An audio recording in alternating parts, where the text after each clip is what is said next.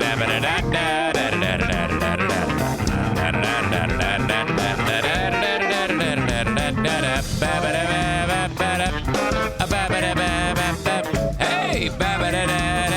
one more time.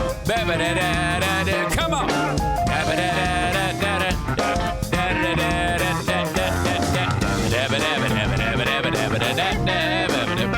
Welcome to the Eric Zane Show podcast, a daily show where I discuss news, nonsense, and my personal adventures each and every day of the work week for, well, this a long time. We're going on 3 years, 6 months of this, and so very, very happy to have you here from the Baldwin Ace Hardware Fear Bunker Studio, where we do it again. All right. All right, hang on a second here. We got so much going on. Beauty and love, joy, happiness, and nothing but solitude. Solitude? Is that something you want? Kenny says, is it time to bash the zenith? No, my friend, no. All is good. All is well. Holy cow. All right. Now, I just finished up this show on the huge show, and I can't tell you how much fun that was. It was really, really great. And I figured out why I like radio so much. Because when you do a show like this on the podcast, you it leaves nothing to the imagination. You can say whatever you want within reason. I mean, I can't start talking shit like Alex Jones and get canceled. By the way, more on him later on today on the show. You can't do that, but you can pretty much say whatever you want, and it's very loosey goosey, and there's no I don't know. It's just there's good and bad. There's positive things in both of these, but I had forgotten what I like about radio. And that is the difference being that when you do a podcast, you can just say whatever you want, like I indicated. But when you get onto the radio, it's a little bit different. You have to have this bit of controlled chaos where it can kind of appear that it could go off the rails, but not exactly. If you do, then it's kind of it when you know that there's a mixed bag of people listening, you're more uptight about it. And for some reason I like it. And that's a little weird because it's kind of I cringe when I think about radio and its viability for the future. I really do. I still like it. Even if no one's listening to it, I still like it. That's just the way it is. Chris writes, just listening to the huge show, and I was so hoping that Lomas Brown brought up your impersonation. And, that's interesting that you bring that up. I can no longer do an impersonation of Lomas Brown, and I can't make fun of him in any way, shape, or form because it's funny till you know him, right? Isn't that what we used to say? It's funny because I don't know him. But as soon as you speak with someone, it's like, all right. So now I can't really. It was a good conversation. He refers to himself though in the third person though, and as the big fella. Hey Lomas, how you doing? I don't want to do the impression. The big fella's doing good. Oh, who's that? That's me. Oh. Chris writes, it was fun to listen to you on the radio again. He says, I love Twitch and the show, but it's a fun change of pace and a different cadence on the radio, and it was fun. Thought you did well mixing in sports in your way, and as always, the huge impressions were on point. I also have a few questions for Kyle. We are going to do Let's Kill with Kyle today. He missed yesterday. He had things going on. I guess one of you interacted with not Black Emilio in the wild, Gabe D. And I can't wait to share it with Kyle as to how that interaction went with not Black Emilio. So Terry says no more slowness. Yeah, I can't do it now. I've, it's I don't know. It's weird because I know all of you, but I make fun of you. But it's different with him. I think because he's not in on the joke.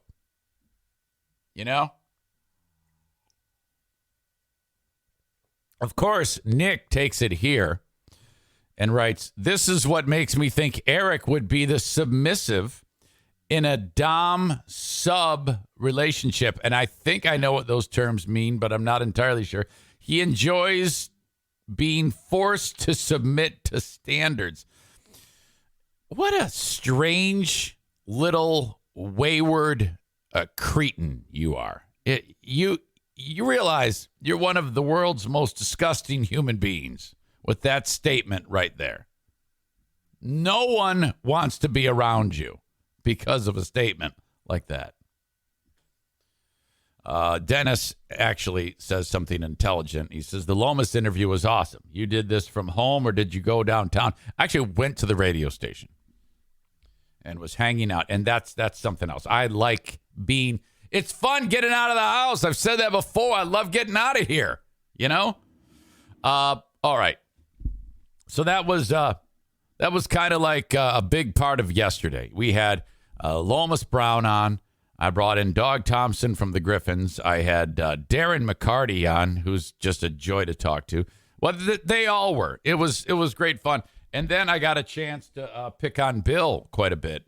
And I think, to me, the most memorable thing about that show, and it always works out this way, it's always the off-the-cuff moments that take place. You just fall into, and I've always been a believer in that. And I actually have a moment here that I want to play for you, another bit of audio like I did yesterday.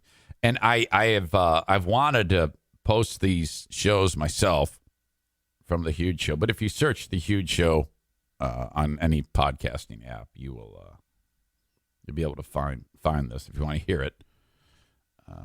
Bear with me. I got to actually thumb my way through it here. But the very, very last segment of this show, we were I had to come back from a commercial break and do a read for Brands, the local restaurant steakhouse chain. And this is how it went. Oh my gosh, legendary 6-ounce steak and bake, sizzling sirloin top with their blend of seasoning and brushed with garlic butter and baked potato, just $10.99. You can substitute a twice baked potato. Have you ever had a twice baked potato? Oh yeah. You know what goes into that, right? You got to mash it and then you got to bake it. Yeah. It's so bake twice. It 2 times. They got to do 3. You take all that and fry it. Oh, triple baked potato. Also, add a side salad for $1.99. Add mushrooms, onions, or flavors for $1.99. Sorry, no potato substitutions. That's a hard and fast rule. If you try to substitute potatoes, they'll say, get out. There's no potato substitutions here. Bill tried that once. Johnny Brand Sr. said, get out. You're dead to me. He's the reason that they don't do it anymore. He said, I've tried to tell you. There's no potato substitutions here. And Bill said, I'm huge. They named a steak after me or something. I think, remember there was like a huge burger? Yeah, there was a huge burger. I think there might still be. Yeah. There should be. I think so. And Bill tried that with Johnny Brand. And it was at poker night. He said, I think there should be potato substitutions. Johnny said, do I tell you who to interview on The Huge Show? And there's silent. Met with silence. And Johnny said, I asked you a question. Do I tell you what to do on The Huge Show? He says, nobody tells me what to do on The Huge Show. That's why I don't get air checks. Okay, that happened. And then that led into it. And then Johnny, you know those, when you play poker, you got that little carousel that holds the chips? Oh, yeah. You ever seen soccer when they inbound the soccer ball with 2 hands? Yep. Johnny grabbed the carousel and with 2 hands, like he's inbounding a soccer ball, bounced the whole thing off Bill's face. The chips went flying everywhere. It was a hell of a racket. And he said, that's what I think about your potato substitutions. Now, don't come back. Stop. It was a huge fight. It was terrible. It spilled out into the street, broken plate glass. Plate glass. I can't even say it.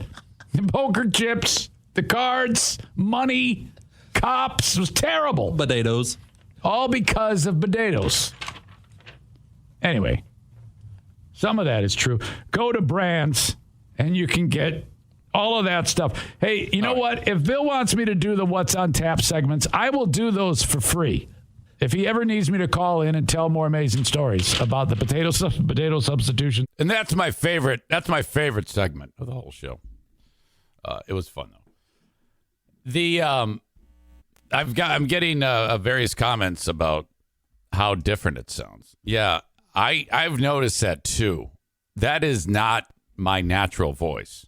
This is my natural voice. I keep this microphone. This microphone is built to do the work appropriately. It doesn't really need a big boost, you know? So I don't, it's remarkable to me that I'm not sure what exactly is going on there. Corey is kind of a sound file. He says it sounds very artificial and compressed. I'm with you. Yeah, I wish I don't have any, that's the engineers, you know? The way I like it better on this little rinky-dink setup that I have at this house. It's not, it's not over digitized or whatever the fuck they're doing. But you're right about that. It does have it does sound different. So, but still enjoyed it. It was a good time over there, and yeah, very much a ton of fun.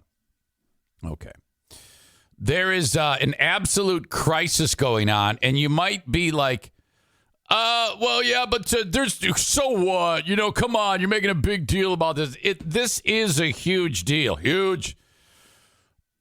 40% of the nation's baby formula supply is gone. Well, it's like they need 100% to feed the United States babies, baby formula. And there's a massive shortage, and this is fucked up. Okay? And you might think, well, all you have to do is think about somebody you know who's got a baby right now, and this is a legit deal. Now, not every mother or whatever who's ever having, like, it could be, you could be worried about your grandkids or your daughter who's a mother or the baby, whatever. It doesn't matter. There's a lot of people that are affected by this. There's no baby formula. They're down a huge amount of it.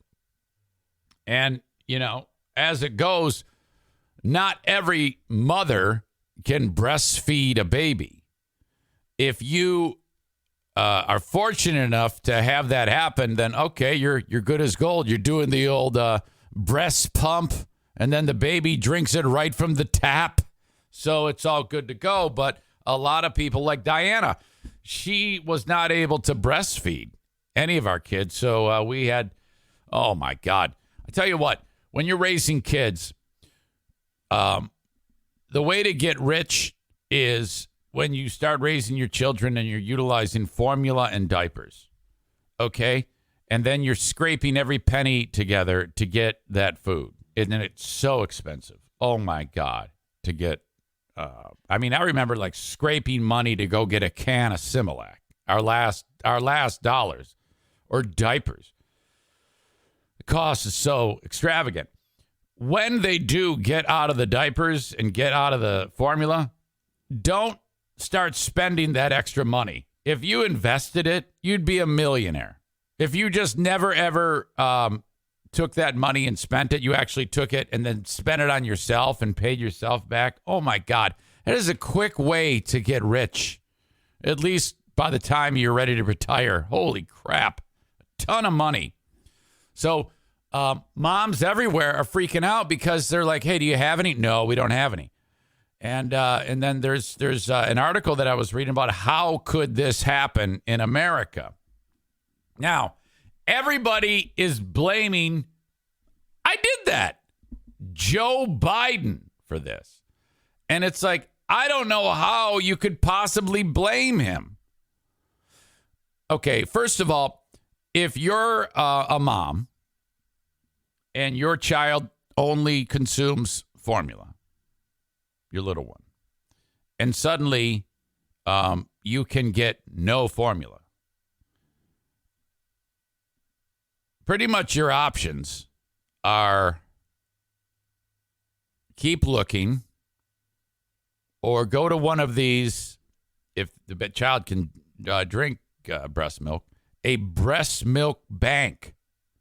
Because you can't just go on like Facebook Marketplace and buy breast milk.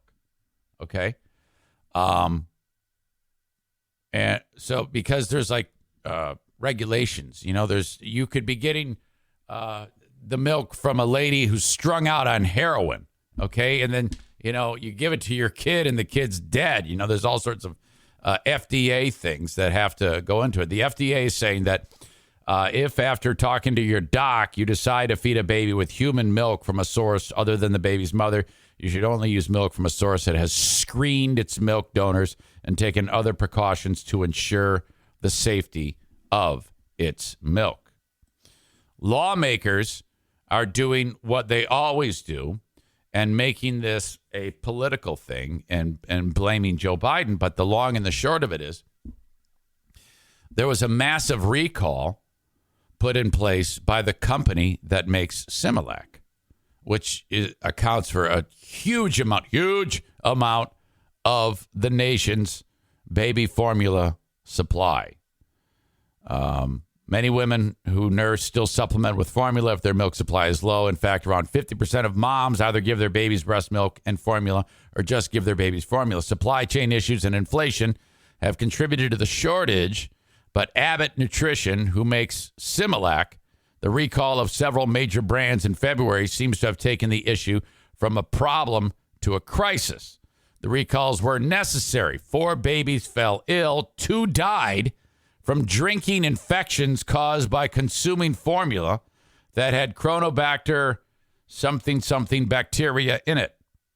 Facility was shut down, has not yet reopened, and it gets worse. A whistleblower alleged as far back as October that the company Abbott had been covering up the fact that some of the batches of formula were contaminated. The Food and Drug Administration delayed inspections until January. Both may be culpable here. Did the FDA alert other brands of a possible supply crisis? Abbott produces Similac, which is about 40% of the entire market share. Still, there are upwards of 50 other formula brands available in the marketplace. Where are they?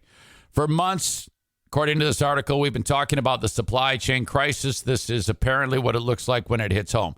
And I don't mean you didn't get your latest Amazon Prime fine in 2 days. I mean you're feverishly worried that the 4 cans Target lets you buy online will last until you can find more. This is legit. This is pretty fucked up.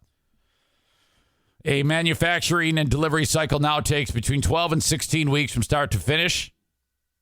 Between freight delays, labor shortages, and winter storms, the 2021 supply chain issue created a 2022 supply chain crisis. Now, I don't believe that this is Joe Biden's fault. Lawmakers are saying, well, you've known about this since February. Why didn't you do anything, President Biden? You should have had a plan in place.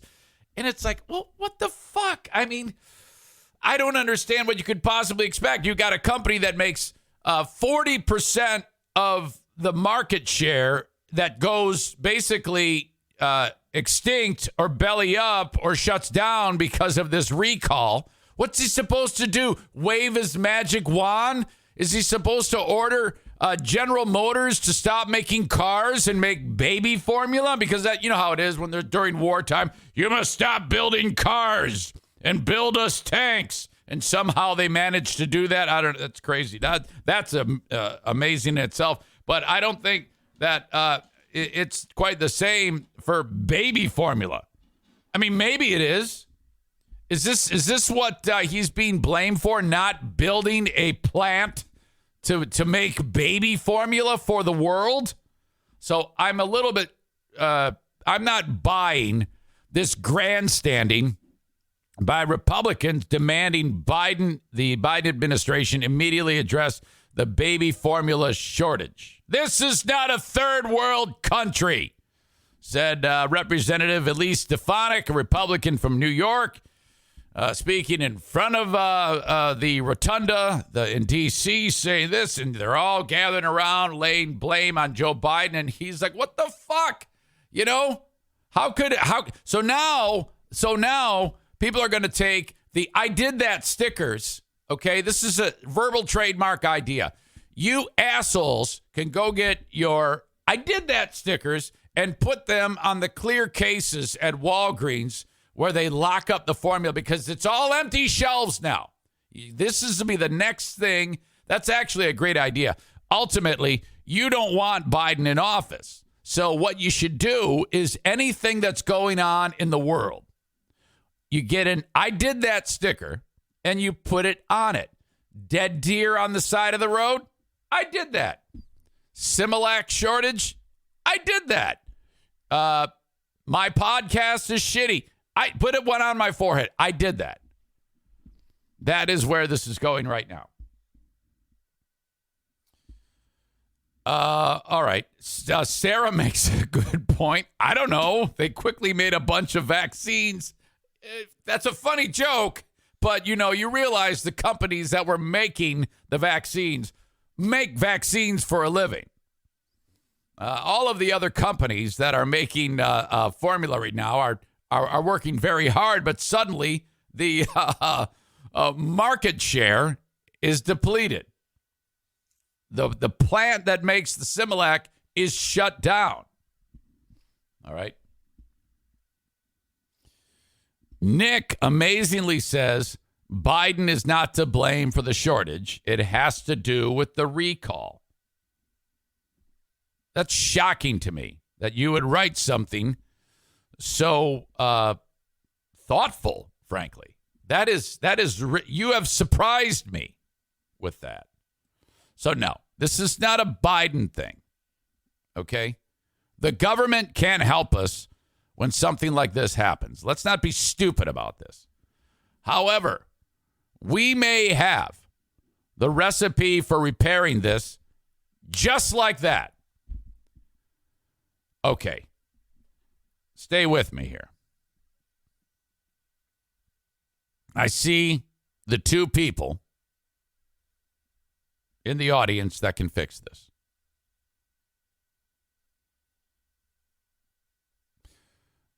One person's name is Kenny. The other person's name is Amanda. If Kenny has vicious sex with Amanda and she gets pregnant with Kenny's bald baby,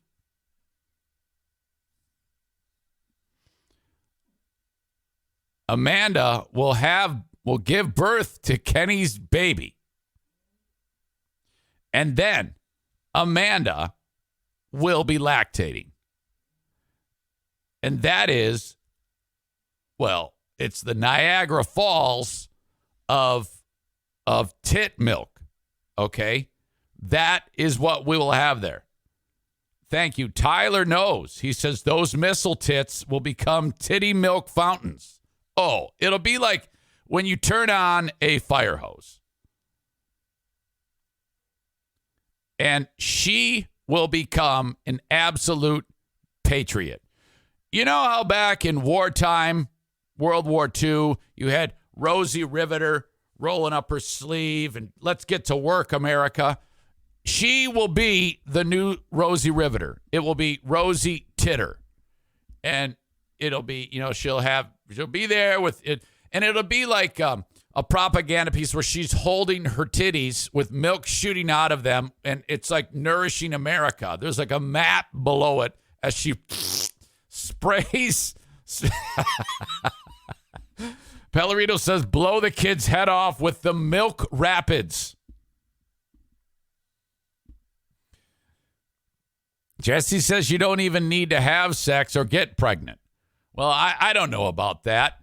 I don't know the logistics of how you make a woman lactate, but I know that is one way to do it. And we all want those two to have sex anyway, and they should. They need each other. Opposites attract. All right? That was very nice of you, Nick, to give that to our Healy 69. Gave him a subscription. All right. So that's where I stand. That is my Eric Zane Show podcast. Quick fix to the formula shortage. I want to thank everyone who has been watching the show on Facebook, Twitter, and YouTube. But the time has come for me to kick you to the curb like I like to do. I like to provide the open of the show, and then for the rest of the show, you need to go to twitch.tv/Eric Zane Live. Twitch.tv/Eric Zane Live. Or download the Twitch app and search Eric Zane Live, and off you go. You can continue enjoying the show. That's the point of giving you the intro of the show on Facebook, Twitter, and YouTube. Thank you, and goodbye. Gee, I sound like I'm drunk. Okay. I think we're alone now. It doesn't seem to be anyone around. I need to turn on the air conditioner. Stay put. I'll be back.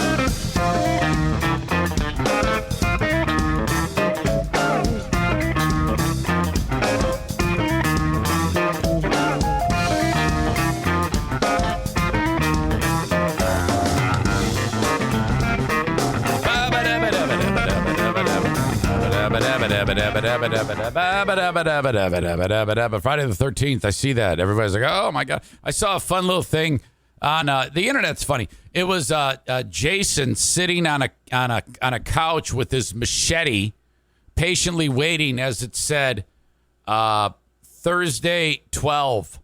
Today's the day, Friday the 13th. Oh, my God. All right. There you go. Sorry, I'm a little distracted. I apologize. I guess I can call him. I've been trying to do this intro, but I've been massively distracted.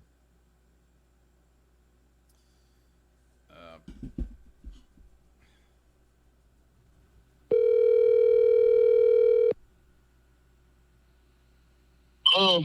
Hey, Rick. Hey, what? How are you, buddy? Great. Yeah, I wasn't. I think we got into. I didn't. I hope I wasn't rubbing you the wrong way. It wasn't my intent. I have to get you rubbed me the wrong way. Yeah. Well, no, I didn't. That isn't what the intent was. I mean, let me explain to the audience. I didn't really want to talk about this on the podcast, but you. And we don't have to. No. I want to now. I mean, the cat's kind of out of the bag, and I'm like, kind of like distracted. But so what had happened was this morning I sat down here to the show and I saw a text message from, this is Rick from TC Paintball, of course, saw a text message from yesterday, and it was Rick, and I got the impression he was not happy. He's not a fan of the fart mic, and he told me that. And he said, I'm not going to listen anymore. I'm announcing my departure. I'm not listening to someone fart on the mic. And then you said, be better. And I said, I'm sorry about that. And then I called you because I wanted to talk to you off of the podcast to kind of like follow up on that. Hey, sorry about that. And, whatever. And then I couldn't, it didn't go through because you were getting the kids off to school. So no big deal. And then you texted, and then I said, hey, I got to start the show. I'm doing the podcast. I can't talk to you right now. I really don't want to talk about it. I pretty much took care of it. Like, hey, sorry about that. So I was hoping that that's where it would lie, but you apparently still wanted to talk about it. And then you followed up with another text.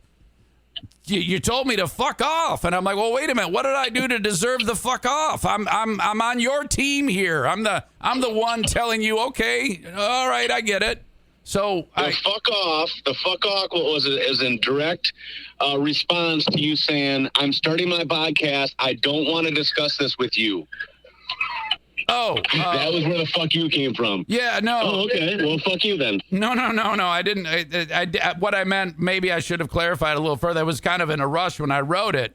I really didn't, because I thought I said, hey, sorry. I mean, that's really all you need, right? We don't need to have like a conversation. You don't need to apologize to me. You don't. I mean, I'm not your sole audience member. If that's what the audience wants, then you give the audience what they want. But I was just saying that I can't listen to that. Like, I have a lot better things to do in my day than listen to some asshole fart into a microphone. Yeah. All right. I get it. I'm not. I think that's a good thing, that I should maybe back off of that. Some people probably don't like it.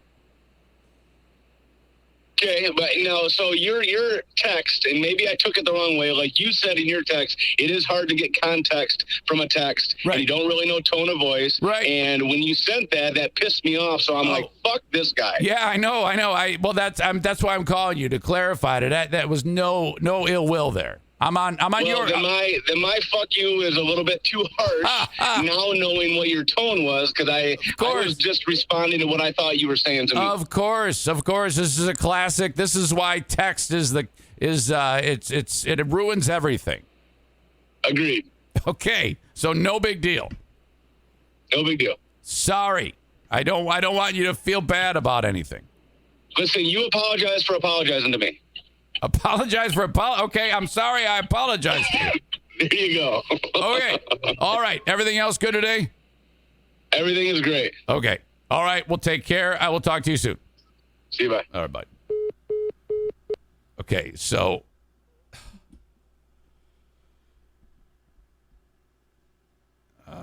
let's see.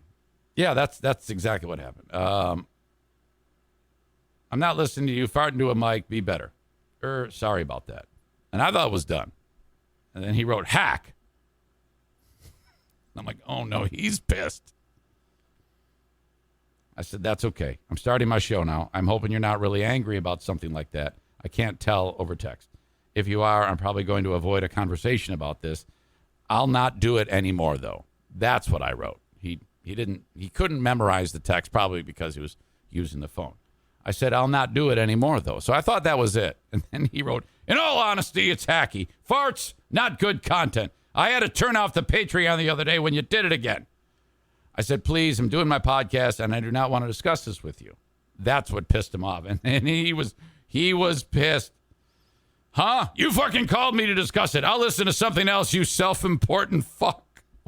Oh, shit. And I wrote, no, sir. I didn't want to call you on the podcast. I wanted to talk to you personally. I was going to reassure you that I wasn't going to do that anymore. Now, when I went to turn on the air conditioner, that's when I saw all that. And I went, oh, fuck. Now, I didn't want him to be pissed for 2 hours while I'm doing this show. So I said, well, I got to call him to clear it up. And I'm kind of glad I did, and then you can, oh God, that scared me. That made me think that I was like losing a friend. Have you ever had that feeling like something weird happened and then someone hated you? That's what I felt there. It was not good at all. Oh man. Whew. Oh God. All right. Corey says, time for me to go back and clip all the times you did it. Malicious 1313 says, R.I.P. Fart Mike.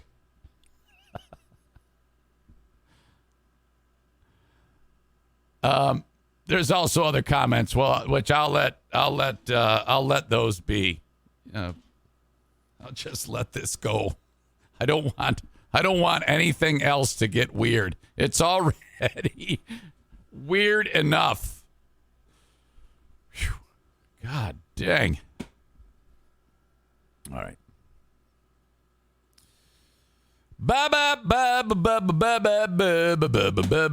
show, of course, happens on Twitch, brought to you by Irvine's Auto Repair, Grand Rapids Hybrid, and EV. Also bringing you my Facebook page, facebook.com/Eric Zane fan page. Thank you so much to them. While I'm at it, Blue Frost IT covers me on Twitter, at Eric Zane Show on Twitter. And then the almighty Frank Fuss, My Policy Shop Insurance. BuyInsuranceHere.com brings you the show on YouTube. Okay. Boy, that messed me up. I don't feel comfortable right now. Everything's kind of wonky. Okay. Now, so this is a perfect opportunity for me to screw up a story. So I've got the video. Okay, we have another great local story of a builder trying to scam people, and then they call the local TV reporter to try to get the money back. These are always amazing to me. West Michigan homeowners that paid to have remodeling jobs get underway, that money has disappeared.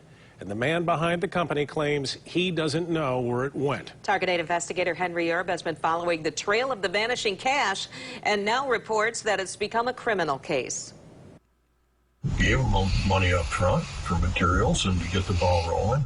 But the ball rolled nowhere. Mark Stratton was getting worried. He paid $28,000 to get work started on remodeling the kitchen of his home near Gowan in northern Kent County.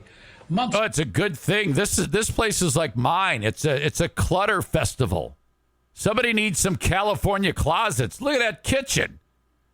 Oh my God, all of this shit should be. He doesn't need a new kitchen. He needs someone to declutter his life. Holy, and the least he could do was do the fucking dishes before Henry Erb shows up. It's passed. No materials, no work crew. I begged and pleaded for him to come out. And he didn't know what happened to his $28,000. He finally concluded, we're being taken advantage of here. So the whole idea of when you hire a contractor and you have to pay up front, hey, I need this up front,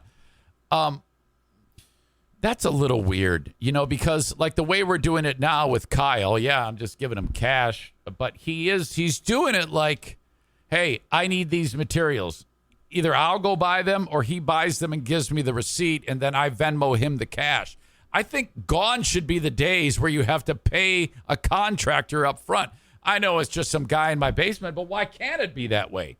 If someone charges you X amount of dollars for labor to do a job, you should be able to break that down into an hourly rate, okay? And kind of depending on how, let's say he says, I guarantee you I'm going to give you 40 hours each week. And he's there for 40 hours, and you break down the cost of the labor by week and just pay him that way. That's the way we're doing it here, at least. Hell, he reached out to me yesterday. He goes, I need another jug of 3.5-gallon bucket of primer. Have him shake it, and I need paint pans, or I'm not coming. Don't worry, you got it. He's probably in the basement right now. Stratton says he needs the money back to be able to hire another contractor who actually will do the kitchen remodel. Got the feeling that he's really good on... Look at the dry erase board. It says, take probiotics. This guy has a problem with his colon. Look at fly swatter. You got the seasoning over here. All sorts of messages on the dry erase board that I can't make out. Can you imagine if it said Monday, anal, Tuesday, pegging, Wednesday, gangbang? Telling a story. Repeated some 90 miles away near Gobles in Van Buren County, where there should be an addition to this house by now. A widow gave the same builder $160,000 to get started on an addition to her son's home so she could move in. Wait. The widow, okay, her husband died, and she's going to move in with her son. So they're making son's home bigger for $160,000. Holy shit. I mean, I get it. You want to stay close to your loved ones, but that's incredible. But after a year of no work and no word on what became of their cash, they sued. They got a court judgment, but they are still waiting for their money. The builder was a company called Lifetime Home Products, run by a Gun Lake businessman. Look at this guy. Sandcliffe. Handcliffe wouldn't talk on camera, but sat down with us last month and admitted that Stratton's money was gone. Handcliffe says he doesn't know where the money went, even though it's his company. He doesn't know where the money went, so he gets $20-some thousand from the first guy, $160 from the next. And I don't know. It's a mystery to me. He says an employee was He pulls up in like an $80,000 car. in charge of paying the bills and spent the money probably to keep the business going during the COVID shutdown. Hold on. Let me hear that again. Maybe this man named Trace Handcliffe. Handcliffe wouldn't talk on camera, but sat down with us last month and admitted that Stratton's money was gone. Handcliffe says he doesn't know where the money went, even though it's his company. He says an employee was in charge of paying the bills and spent the money probably to keep the business going during the COVID shutdown. Yeah, I seriously doubt that this guy has any employees. So he's making that employee was him spending that money recklessly. Maybe, but in Michigan, that's a crime. If you give a contractor money for a job, they can't spend it on anything else. No. It's called the Michigan Builders Trust Fund Act. Handcliffe claims that he is not responsible for the vanishing money. He's not responsible. What the fuck? He is not a criminal. But the Van Buren County prosecutor doesn't see it that way. She has now charged Handcliffe with violating the trust Oh, shit. and an even bigger felony worth a possible 20 years in prison. Fraud. Taking the money for the Goebbels job under false pretenses. Handcliffe blames COVID for his current trouble and for killing his company. But Target 8 investigators found Handcliffe has been sued more than 30 times. Wow. Counties, going back 2 decades. He was convicted of embezzlement in the 90s, a bad check charge in 2006. That's the face of an asshole. Look at this guy. Holy shit. And just 4 months ago, he pled guilty in Barry County to a charge of failing to pay employees. In that case, he wrote 22 bad checks worth $36,000. Wow. Handcliffe told shit. us he paid that money back. He belongs in jail. Handcliffe has left hard feelings among customers across West Michigan. Jeff and Cheryl Steffens hired Lifetime Home Products to double. Hasn't anybody ever done a Google review search on this guy? How can someone like this continue to get business? Are you telling me that if you look this guy up, it's 5 stars across the board? Jesus, people, do your research. The size of their home on a lake near Fremont. And he told us that first check was for the lumber. They later found out that the lumber money vanished too, and the supplier was coming after them by getting a lien against their property. Oh, But even what? before that happened, their relationship with Handcliffe was already The supplier's coming after hit Trace or the homeowner? falling apart. He says, next week we're going to start on the floor and we're going to, and I was all excited about that. And then, everything just... Last time we saw anybody. The Steffens say they had just given Handcliffe a $40,000 payment, but were left with an unfinished house. Nothing. No paint. Just a shell. It looked like we were starting from scratch. They say they finished the job themselves with the help of friends, neighbors, family members, and at least one of Handcliffe's former workers. I was climbing ladders and doing things that I never wanted to do. Handcliffe says he didn't abandon the job, that the Steffens fired him. Still, they got a court judgment against him for triple damages. Handcliffe says he's willing to pay them what he owes, but not triple the amount. He told us he has a plan to pay everybody else back over the next 6 months. Uh-huh. So far, even with court judgments, some people haven't seen any payback. In Gowan, Mark Stratton says he did get a couple of checks from Handcliffe this year, but not the last 2 payments. As is often the case, though, money is not the only issue when it involves something in people's lives as big as a house. It's so emotional. Compartmentalize, go to work, and trying to be happy around everybody. It's been tough. In Van Buren County, the prosecutor filed charges against Handcliffe last week, but he is yet to be arrested. I'm Target 8. Oh, yeah. Yeah, what you gotta do is he's got to be arrested, and you got to bring all of these the people who've been grifted by him to the actual arrest. My God. Jason says his big plan is to win Mega Millions. Payback via Ponzi. You're right. It does seem like a Ponzi scheme, robbing Peter to pay Paul. God help the guy in my basement, Kyle B., if he ever decides to try to do anything that's not on the up and up. Because the queen of the forest would actually kick his ass. Fuck the police. Holy shit. Terry adds a nice joke. $160,000 is all the money in the community of Goebbels. That just sounds like an impoverished community by the name of it. Goebbels. I don't know why. Jesus. He steps out of his truck and $250,000 in scratch tickets falls out of the pickup. Adam says, isn't that a beer? Goebbels? It is a beer. I remember Goebbels. Goebbels beer. Holy shit. Oh, my God. What an absolute mess. Okay. I got to catch up on some sponsors because Kyle is going to be in here from Dumpster Divers. I'm looking forward to him joining us. Let's see. I got to make sure I get the video up and running for him. All right. Kyle, newly married. Kyle from Dumpster Divers. All right. Thank you so much to Bennett Flooring Installation. You will not be grifted by any of these hardworking sponsors.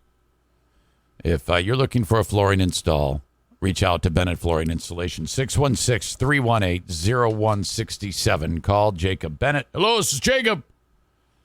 When you reach out to him, he'll set up an appointment to come to your place and measure the room.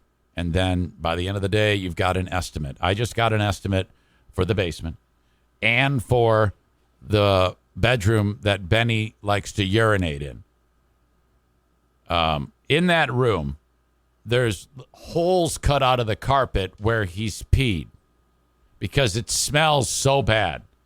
His pee makes cat urine smell like apple cider. Oh, my God. And so he went in there and goes, yep, seen this a million times. I go, yeah, I know. At the when we're all said and done with it, there will be no carpeting in this home. Okay? So he sent me the estimate, and he did the basement, he did the bedroom upstairs, and he did the steps going from the basement. And then I look at the price of this. I'm like, are you kidding me? This is so amazingly affordable, okay? Dirt cheap, the cheapest you will find to get the flooring installed. You buy the stuff. If you want to save yourself some cash, rip out the old stuff as best you can. They'll even give you advice on how to do that, all right? They are absolutely awesome. The flooring ambulance, the flooring department ambulance will show up. It's a black ambulance. Used to be an ambulance. Now it's his work truck. It's ridiculous and awesome. Bennett Flooring Installation, 616-318-0167. He even has a couple of air horns on the front bumper that are like illegal because it used to transport people after they were injured in its previous life, this former ambulance, the flooring department ambulance. And you're not supposed to have them hooked up because they're so loud. He, of course, hooked them up. And I said to him, I go, you got to lay on the horn with every successful job installed. That should be, you should allow the homeowner to lay on the horn. That would be so much fun. I don't know, maybe not. The flooring that I want you to buy comes from Johnson Carpet One Floor and Home Discount Outlet on Chicago Drive in beautiful Granville, Michigan. You can save money. You will save money. It is the lowest price for flooring anywhere. Most places where you buy flooring, it's a showroom. You walk in there and you say, oh, okay, hey, I want to buy this. And they go, all right, yeah, it'll be in a week, and then off you go. That's because they're ordering it after you make the purchase.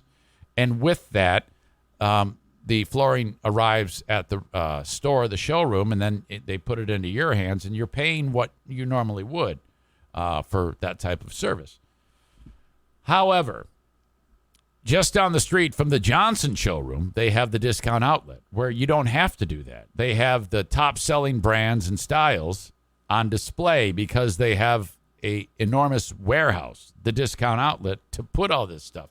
So they get it for much cheaper than if you ordered it specifically for one job. See what I'm saying? Excuse me. So you've got stacks of different types of flooring there. You walk in, say, hey, I listen to the Eric Zane Show podcast. They give you 10% right there of the already low price. If you didn't even say the name of my show, you still would be paying for the least amount for flooring. I swear. I sound like I'm drunk. I'm still messed up in my head about Rick. Oh, man, I feel so bad about that. I am so sorry. And he goes, don't say sorry for saying sorry. Well, he was so pissed off at me. I thought he was going to kill me. Holy shit. He told me to fuck off. Anyway, Johnson Carpet, one floor and home. Love my friends at Bosco's Pub. Get a burger from Bosco's Pub. Get a drink. Get a draft beer. Get a bottle of beer. Mixed drink, whatever it may be. Bosco's Pub in beautiful Hudsonville, Michigan, part of Terra Square. Thank you so much to them for being on board with the show. Bosco's Pub. Can't miss them. Head over there and, go see what's going on at Bosco's Pub. They are fantastic. All right. I just got a notice that Kyle is here. So I'm going to bring him in right now. Aha! All right. Should be here in any second. Hey, buddy. I admitted him. Aha! Hey! Boom, boom. Hey, I can hear you. Oh, shit. Hey, what's up? I didn't realize we were in already. My bad. No, you're doing fine. I'm just adjusting your screen so people can see you. All right. Heck yeah, dude. Yeah, I need to sign into the... Nah, I don't need to see myself. We're cool. We all need to see. Are you kidding me? Tell me about the wedding. Dude, wedding was sick, dude. Wedding was pretty nice. We the place that we had, let me tell you about, I can't tell you too much shit because, oh shit, I'm running over cords here. I can't tell you too much shit because I gotta have expert content for the Chibian show. But no, dude, it was sweet, dude. The cabin was sweet. Just check out my Facebook if you want to see some sweet ass pics. But rented that sweet ass cabin out, and which was glorious. And then on the wedding day itself, they have this arbor there where you can get married. You know, it overlooks the mountains and this sweet ass scenery. And let me tell you what happened, Eric Zane. The day of the wedding, all of a sudden the weather is it's fucking gonna rain all day. 90% chance. You're fucked basically. You can't get married outside. But then magically, right when a half an hour beforehand, it just opened up. The skies were just you're good, dude. And then so sun came out. It was awesome views, and so we got the wedding done, and about 10 minutes after that it started raining again. So it was fucking cool, dude. So basically the gods were smiling on you. Oh, for sure, yeah. And which is what I was hoping was gonna happen too, because I was we got part of the reason we got this place was for the arbor overlooking this majestic landscape from which there's no escape. And then I was like, nah, it can't be raining, dude. And so it worked out pretty good, dude. Well, congratulations. Everybody's happy for you. Well, thank you. I will tell you this, Eric Zane. This cracks me up a little bit. So me and Blue, when we were trying to figure out what to wear, I was telling her, I was like, listen, dude, I don't know how to tie a bow tie. So if we're gonna get a bow tie, it's got to be like an automatic clip-on one. You know what I mean? Because I got no clues here. And so I said that, and then just kind of didn't think about it after that. And so she got me a real bow tie. So I'm downstairs trying to get dressed, right? And I'm getting frustrated, dude. Like I'm just like, I'm like, I told her, I don't know how to tie a bow tie. So then I'm on YouTube trying to watch videos of like how to do bow ties. That's what you do, of course.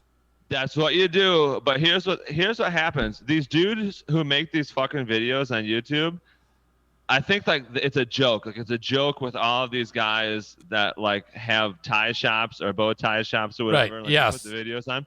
Because I'm following the video and like 6 steps in, golden, dude. Like I'm doing everything the guy says, totally good. Then you get to like the 7th step and he's like, all right, and you're just gonna do this or whatever. And at the end of that step, this guy's got a bow tie, and what I have is like fucking nothing, dude. Like I'm just like when I'm like I tried to tie some rope together. Right. Yeah. What the fuck's going on here? Yeah. It's like your shoes look better. You know? Yes. Oh fuck. Jesus. Yeah. So, anyways, I was down there for like 20 minutes, like getting pissed, and then one of my okay, so I don't think I've ever explained this to you guys before, but here's all the ways that Blue's family and my family are connected, and this is gonna make sense. So Blue, of course, grew up down the street from me, but we never were friends really or chatted or nothing.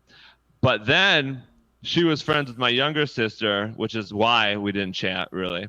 But Blue's cousin was also one of my best friends from high school too. Bruce is his name. And so, you know, we still hang out all this time and stuff too. And also a dude that I met in 3rd grade, one of my friends, Ryan, married Bruce's sister. And so, anyways, a bunch of people were at the wedding who I've known for years, right? Okay. And so Bruce's sister, who knows how to tie bow ties because she worked at Disney, so she comes downstairs. She was like, I heard you needed help trying to tie a bow tie. And I'm like, please help me because I'm fucking struggling, dude. And anyway, so we got it all figured out. But, yeah, so Bruce's sister, who is my friend's sister from way back, who's also Blue's cousin, helped me figure that shit out, baby. Dude, congrats. Did you do the waterfall hike? Did you do any waterfall hikes? We did see a waterfall, but it wasn't like a waterfall hike per se. But we went to various scenic drives because Blue was like, I need to see a fucking bear, dude. She was like, I want to see a bear. And so I was like, we'll try to see some bears, dude. So we drove around. We did see some bears, like, oh fuck, there goes the lights. We saw some bears like way in the distance, but we didn't get to see any up close. But my dad somehow fucking bears. My dad is like the bear whisperer, I guess, and he got like pictures of like 4 different encounters with bears, like right up close, like right next to his car and shit. Wow, I was like, that's always fun. I mean, if you see that's what everybody wants to do is see a bear. And so yeah, we did see some like pretty far away, like off in the dist, but we didn't get to see any up close. But yeah, we went on like some scenic drives. We went to Cades Cove and all that stuff, and with my sister's family too. And we saw the old settler cabins from like the 1700s, 1800s. I don't know. I had went back in the day. Yeah, I had a horrible experience at Cades Cove, which for people who don't know, it's this open meadow that is surrounded by mountains where a lot of families settled there back at the time Kyle was describing. They had their own community. Think of like the movie The Village by M. Night Shyamalan, okay? Yeah, dude. Okay? So and that's where you see a lot of bears, by the way. We parked the car because you can drive the route to look at some of these old structures. And we're walking up to it, Kyle. And I've told this story before. A large bug flew, and it actually went in my ear, like deep into the ear. Oh shit! And I could feel him like crawling around in there. And it was unbelievable because I could hear his wings, buzzing, and he was biting the inside of my ear. And it hurt like fuck. And I'm trying to jam. I'm trying to jam my fucking finger into there, and I think I killed it, and it stayed in there. So then I'm laying on the ground on my side, and Diana's pouring water in my head. I'm like, oh, God, make it stop. Oh, my God. The kids are like, fucking, what is going on with Dad? All these other tourists are watching me as I'm writhing in pain as this bug is eating my ear meat. And then, as Chris says, and then we got in the car and we left. I couldn't. It was terrible. Sucks, dude. Yeah, I feel bad for you, dude. I hate bugs. I mean, I'm not like freaked out by bugs, but bugs fucking suck, dude. definitely spiders suck. That's for damn sure. But I got some big ass fucking ears, and I've never had that problem. Hey, so, do you have? I never looked at your ears. What do your ears look like, Eric Zane? I think they're normal. Mine they're like pressed to the side of my head. It doesn't even look like I have them after I have the headphones on. I know a guy who died from a mosquito. Oh shit, dude. Yeah, he got that. In his ear? No, he got bit by it, and it was carrying. I think it was I forgot some type of virus, and it was a TV reporter, local TV reporter named Barton Dieters. He got bit by Bart. I know that name. Barton Dieters. Yeah, it killed him. He got some type of equine horse. I don't know what the fuck it was. So one of those viruses, and that was it. He got bit by a mosquito, and then it killed him. Fucking Barton Dieters, dude. Yes. Damn. Anyway, that's kind of a bummer. I don't know why I brought that up. What an asshole. So, hey, does your kid utilize formula? No. So, no, not really. This fucking kid, so he was breastfed for a long time, and then we quit that. And now we're like trying to like get him to drink regular milk and stuff. Yeah. And he's like not into it. So I got to fucking force feed him like regular milk. But he slams water and stuff like in juices, like some various juices. What is what is involved in force feeding a child milk? How does that work? I don't know. I haven't tried it yet. But seriously, like this, I'm like kids, like you need fucking calcium, dude. Like we're trying to get you to grow here, dude. And he's like, we put like the almond milk, regular. We'll try like various milks, and he's just like, nah, dude, give me some water. No. And it's like, no, that sucks, dude. Almond milk is shit. You realize it's just... Okay, a quick word for drizzly.com, DRIZLY.com. Okay, you're at a party. Everybody's having a great time. No one wants to leave to go make a beer run, a wine run, a liquor run, whatever it may be. You're all having too much fun flirting with each other around the fire, having a good time. Okay, let's go to drizzly.com, pick out what we want, and before you know it, some dude is dropping it off. Oh my gosh. Why did it take so long for something as amazing as this to become available? You can also go to the Drizzly app or drizzly.com, DRIZLY.com, and send a gift to someone. That's awesome, too. Drizzly, the most convenient way to buy beer, wine, and spirits with delivery to your doorstep in under 60 minutes. It's the #1 app for alcohol delivery. That's DRIZLY.com. Drizzly's giving every new customer $5 off their first order. Just use the promo code FAST5, F-A-S-T, the number 5, at checkout. Convenience of home delivery in under 60 minutes. Get it when you need it. It's a great gift as well. Drizzly.com, DRIZLY.com. Fast 5 at checkout to save $5. Have you wanted to use your home equity to pay off debt or improve your house, but found the old way too painful? There's now a new, better option for accessing your home equity. It's called HomePace. Here's the key. It's not a loan, so there's no monthly payments or interest. Instead, HomePace gives you money up front as an investment in your home. That's right. you get money that you can use however you want without the burden of monthly payments.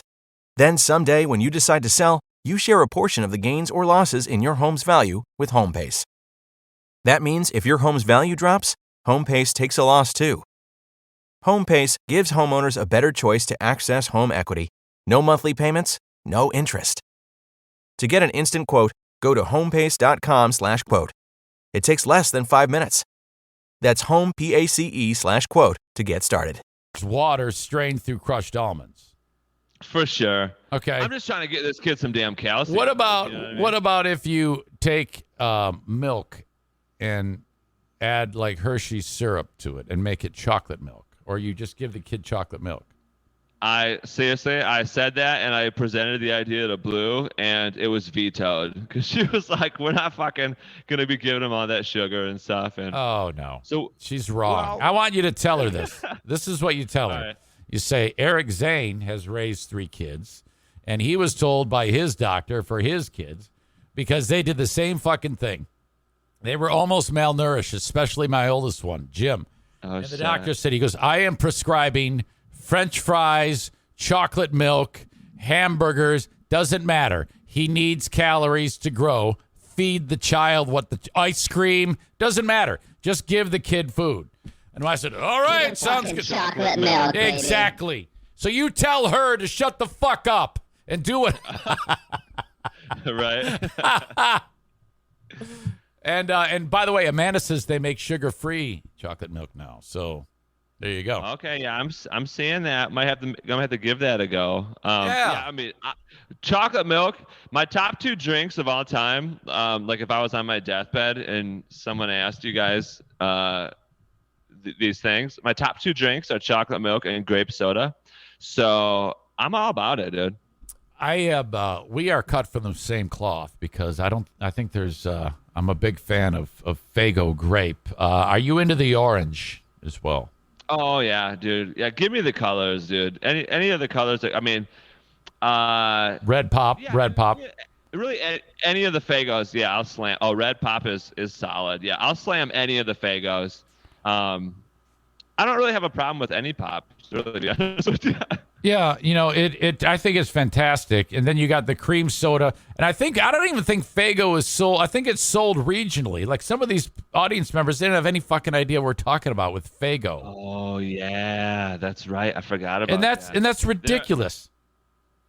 I know. Like, what's going on, Faygo? Like, fucking figure it out, dude. Let's go nationwide, dude. Yeah, what kind of fucking business plan is that where you don't make it available to everybody? I mean, if they'd like it in one place, they're probably going to like it in another place. Fucking make the shit and put it out there.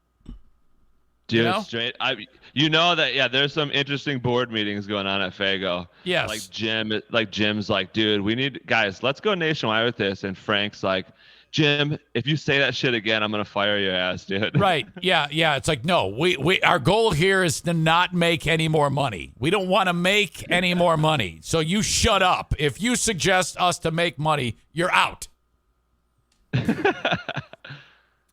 Speaking of business, one of the amazing audience members interacted with our pal Emilio. Oh, yeah? Yeah, I even have a picture. Let's show it, Dad. Yeah, this, I don't know if you're going to be able to see it here. But there you go. I'm holding it up to the camera. That is the dumpster diver's vehicle right there. And Gabe D was the guy. And he writes, I'm taking advantage of the sponsors. However, I don't think Emilio is fond of being referenced as not Black Emilio. All he said to me was, yup, I'm not black, and left. That's hilarious. Yup, I'm not. I just left. Yeah, Emilio, what day? Do you know what day this was? Let me look at my schedule here, dude. He sent it. He sent it yesterday, but that might be an old picture. He sent me that picture at 1:11 p.m. yesterday. Okay, so I'm looking at the wrong shit. Actually, I can't pull. I'm all out of sorts right now. Are you getting in the weeds? Are you getting in the weeds right now? I'm getting in the weeds, dude. I hate that. I'll look it up. Gabe D. I know we dropped a dumpster off to a guy named Gabriel Domingo. Does that sound? Is that him? Do you know? Well, are you sure it's Domingo? Could it be Dombrowski? Oh, you know what? We did drop. I think we did drop off a dumpster too. That's hilarious. Yeah, if it was this week, so I was gone, right? So Right. I was out, and so Emilio, we had Tony, who was our other employee. He was here on like Monday and Wednesday, but the other guy was off this week. So Emilio was just running rampant, dude. He was like running late, like past 5 each day because we were just slammed. So he might have just been like pissed the fuck off. Probably. I mean, that happens to people when they, they get really stressed out. They're like, "Oh fuck, I don't even know what to say," because he's probably his mind's going a million miles an hour. Yeah. So, anyways, I gotta ask about it now though. But yeah, I could totally see him just being like dead eye in the face, just going, "Yep, I'm not black," and just rolling. Well, so it's pretty funny, dude. I don't want to piss him off if I keep calling him not Black Emilio. I mean, that was the nickname was created because I thought he was black. So if he doesn't like it, let me know. I mean, yeah, I don't think I've ever asked that specific question, so I'll give it a try. I'll ask him. Say, Emilio, Eric Zane wants to know if you're offended that your nickname is not Black Emilio. And if he is, then I won't call him that anymore, you know? Yep, I will. Well, I'll figure it out, dude. Okay. So what else is going on, Kyle? You have anything burning on your brain that you do? I like how you're saving the good stuff for the Chibians podcast. I know, right? I thought that was... I mean, is that smart? I don't know, but I thought it was pretty smart. But also, I've got in trouble a little bit with Blue, so I can only do that like once a week. So I think I'll be able to like put on like a bunch of content if I'm only doing it once a week, I think. Of course. You should have no problem. So here's the first. Did you? I was running around this morning, so I wasn't listening. Did you talk about this guy, the actor James Cromwell, at all today? Recently? I think I did mention this in the past week, but go ahead, please. I can't remember if I think I did share it on the podcast yesterday. Yes. About when he glued his hand to the Starbucks counter? Yes, it was yesterday. Okay. Yeah, if you already talked about it, then I'm not. No, do it because it's worth mentioning again. It's a fantastic that him on that counter, and then he's describing. It's ridiculous that he's doing that. I mean, I could see. In a lot of ways, I see when people do protest what happens to animals. I really do. But he's protesting the upcharge. He says that if a person wants non-dairy in their latte, they shouldn't have to pay for it. He's trying. That's like me telling you, Kyle, you can't charge me for a dumpster. Right. I know that was the first thing I noticed. I was like, when I was reading it, I was like, is he just pissed about the upcharge? Which whatever, like that's one thing. But then I started thinking about this, right? I'm like, okay, so he's wearing a Free the Animals t-shirt, right? So obviously it's animal rights and whatnot. And then I go, okay, wait a minute. He glued his hand to the counter. I go, wait till he finds out what glue's made out of. You know what I mean? Oh no. that was like my big thought as I was like, why would you use glue to do it, dude? And then I'm also like, gluing your hand to the counter. Like if I was just a Starbucks worker making, I don't know, $13 an hour tops, I'd just be like, I don't care, dude. Like I'm just gonna, like your hand's glued to the table. Like what are you gonna do? You know what I mean? Yeah, I would put the drink on his hand. Say, here you go, sir. Or if you push him off, he's gonna half his hand's gonna stick on the fucking thing if that glue's worth anything. I know. Yeah. Then I read that he just like took it off with like a knife, and I'm like, damn, dude, that's kind of rough. Dennis says super glue isn't made from animal hides, so maybe he did that. But the thing is, I don't know how they got that hand off so easily. Maybe that wasn't even glue. Maybe that was like jizz or spit or something. And he was just saying it's glue because Did you ever experiment with super glue when you were a kid and stick your fingers together? Oh, for sure. You can't get them undone. You can't get it undone. I know. It's like, and he just did it with a knife. Like, it seems fishy, dude. I'm calling James Cromwell into the fucking spotlight, dude, because that's fishy. But every time they do this, I've bitten every time. I've talked about it. And that's what they're trying to do. They're trying to get people to talk about it. You know? Yeah. Oh yeah, I'm for sure. Hey, what is Fart Mike? Oh, Fart Mike is I was the past week. Not only would I fart on the mic, but I would fart with my devil sound effects on it. So it would produce this crazy noise, and so that's what it was. I'll tell you guys this, and actually I'm gonna get in a little bit of trouble for saying this, but I think that I'll just deal with the consequences. But I actually don't fart very much. I don't know what it is about, maybe like my stomach bacteria or whatever, but like I don't fart very much. Blue is the farter of the group. Okay. I do burp a lot. I burp a lot, but I don't really fart like frequently. I don't know, dude. Why would that piss people off? No, Blue's gonna be. Okay. She's like, don't tell people that I fart, and it's like, well, people know. Yeah. You know, they do. But yeah, you're right. If she finds out that you talked about that, you're dead. Yeah. All right. Anything else, Kyle? Yeah. So I saw this other. You're standing up right now. Do you have to pee or something, dude? No. What I'm doing is I'm stretching my leg. I do that from time to time. Oh, that makes sense. So I read this article. So tell me some of your thoughts about this, Zane, because it doesn't make any damn sense to me. So scientists, I'm just putting them on a group. They released an article, or well, journalists wrote the article, but scientists basically did this experiment, right? They tried to like grow some fucking plants in moon dust, like the stuff they brought back from way back in when Armstrong or whatever. Of course. So they wanted to plant some plants, and they're like, okay, let's see what happens. And they were like, we're not confident this is going to work. But then they were all pumped because it worked. The plants grew. Now it didn't grow like as big as a regular plant on Earth or whatever, because like Earth or moon dust is different, right? But anyways, they're like, it was a fucking success, dude. And so next stop, we're going to do it on the moon, basically, right? Okay. And then like I read the whole article, and I tell you, like I clicked around, and I tried to do like some research, you know what I mean? I tried to do a little background info on this shit. And clicked into some different articles, and nowhere does it say that they factored in the fact that Earth has oxygen and the fucking moon doesn't, dude. You know what I mean? I'm reading this fucking thing, and I'm like, dude, I think that how you gonna?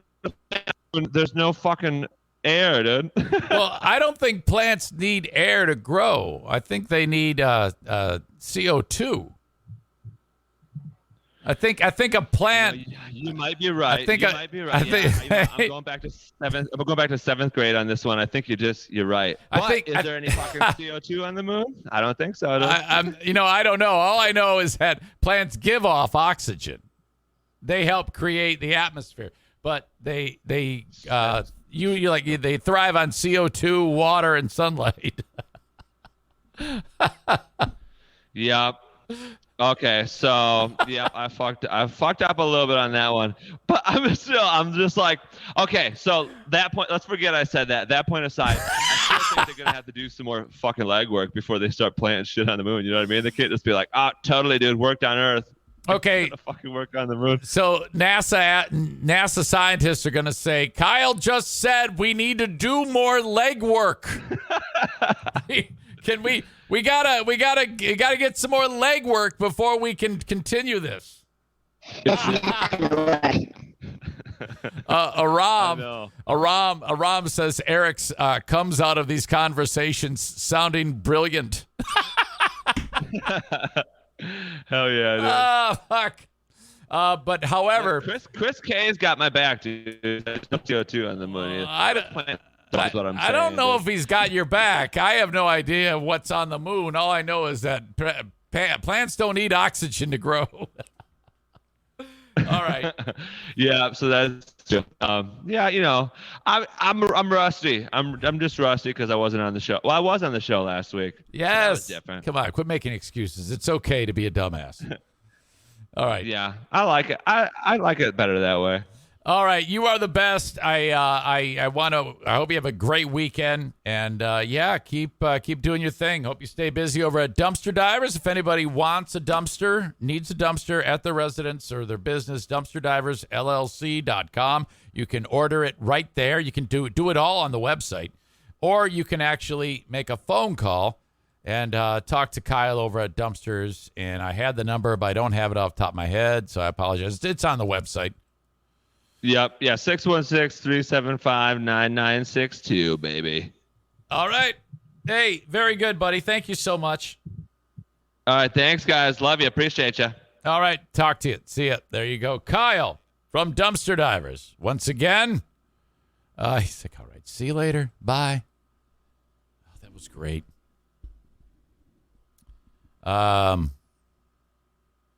All right. Zero punctuation brought to you by Patriot Nick. Oh, yeah, that's hard. That's hard to read. I know what you're talking about. It's a regular thing. I gave him benefit of the doubt that it was voice to text, but I don't think it is. I think he just does it that way. I can't function that way. I try to get the correct punctuation, and then if I do it wrong, I actually follow up the text with that's inaccurate. I should not have had a period there. It should have been a question mark.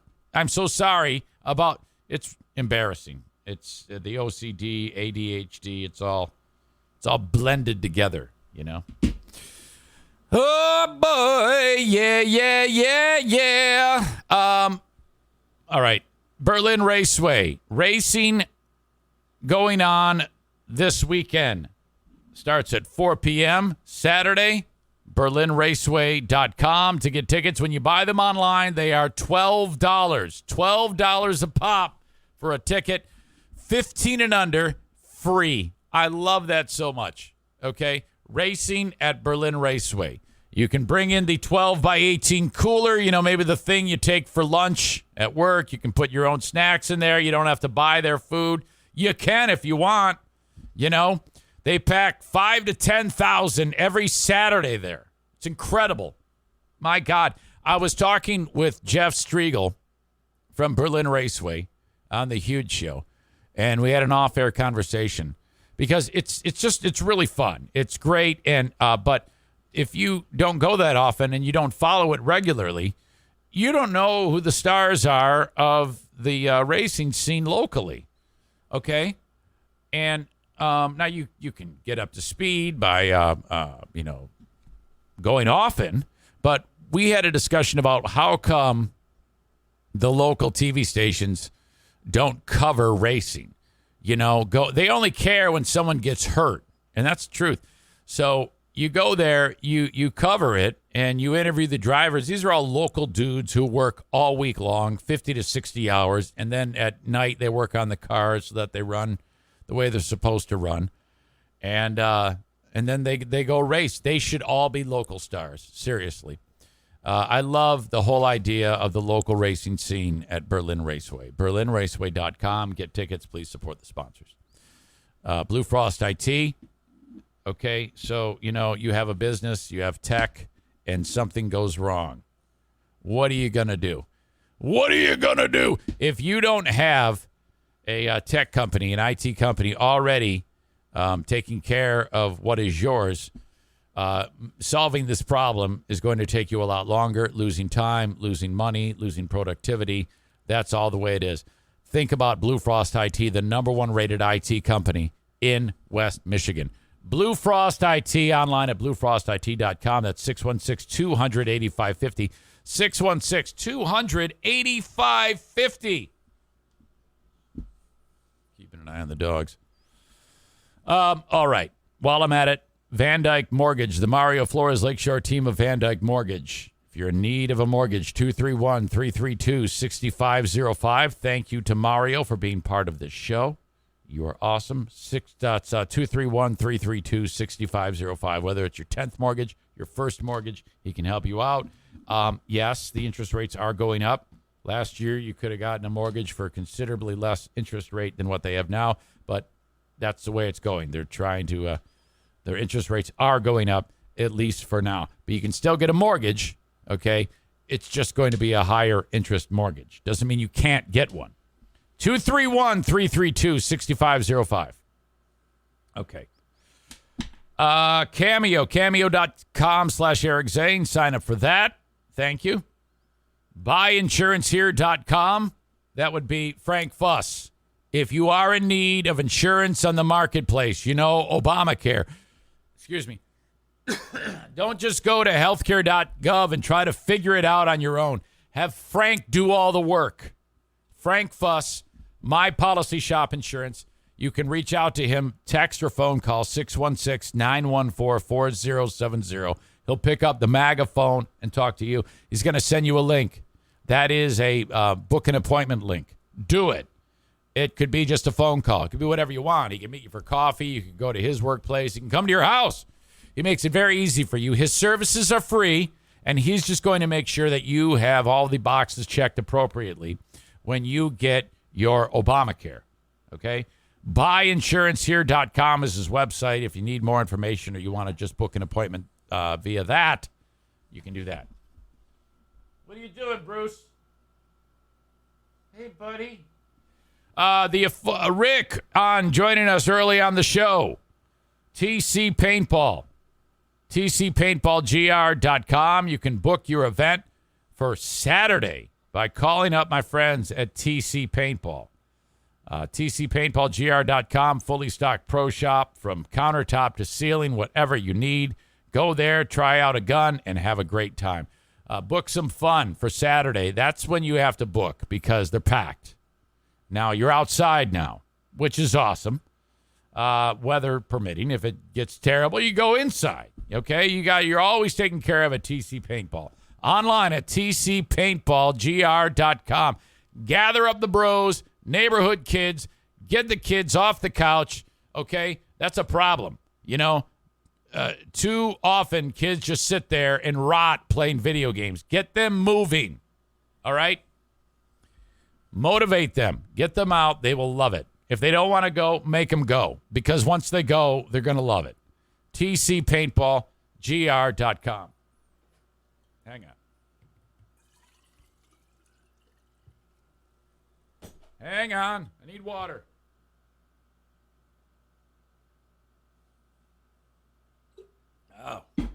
Oh boy. Excuse me. Last but not least for this segment, Full House Comedy. Go see a comedy show. FullHouseComedy.com. Something fun to do. Usually Wednesdays through sometimes Sundays. There's comedy in West Michigan at several venues. Dr. Grins, no more. Pretty much the comedy guru, wide open in the end zone, is our one and only Big Dick Donnie Veltman. Thank you very much, Don, for the support over the years. You are the best. In this current setup of the podcast, okay, when I first left GRD for, a month and a half, 2 months, I would put a video camera in front of my face and do my little podcast and then upload the video. The first person to reach out was Rick from TC Paintball. And that was awesome. That was all these different people that were like helping me, keep it going, if you will. Then when the podcast started in this current form, it was Don Veltman in the first week that I was doing the podcast that he reached out and wanted to sponsor the show. We had some conversations on the radio but it never really panned out. Honestly, Don wanted to advertise on the radio show, and this is so fucked up. The way you have to do it is you have to inform the sales staff that you have a person who wants to advertise on the radio. So I passed along. I basically he wanted to buy an ad campaign. He was ready to spend money on our show, the show with Ben and I on BBL. So I handed it off to the sales guy. I don't know who the hell he was, the sales manager. I go, I have this client who wants to advertise in the show. Never called. They actually never called Big Dick Donnie. Now, the business model is get advertisers on the radio. You have a guy who you don't even have to work for. You just have to basically sign the agreement, and then you put his commercials on. No one called the guy. So when I started podcasting, he reached out to me. He goes, hey, can I sponsor the podcast? I was like, and that was because of the Patreon the first week. We had such an influx of people. It bought me some time. And then I still didn't know if I was going to do it every day. Once I got Don on as a sponsor and then Rick shortly after, I was like, oh, well, that's 2 sponsors in the books. I bet if I can just get a handful more, I can make it a year. And that's it. We made it the first year and just kind of haven't really changed anything, you know.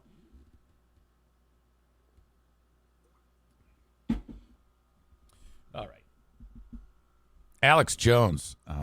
I found this kind of funny, actually. I think that if you take him with a grain of salt, he actually is hilarious.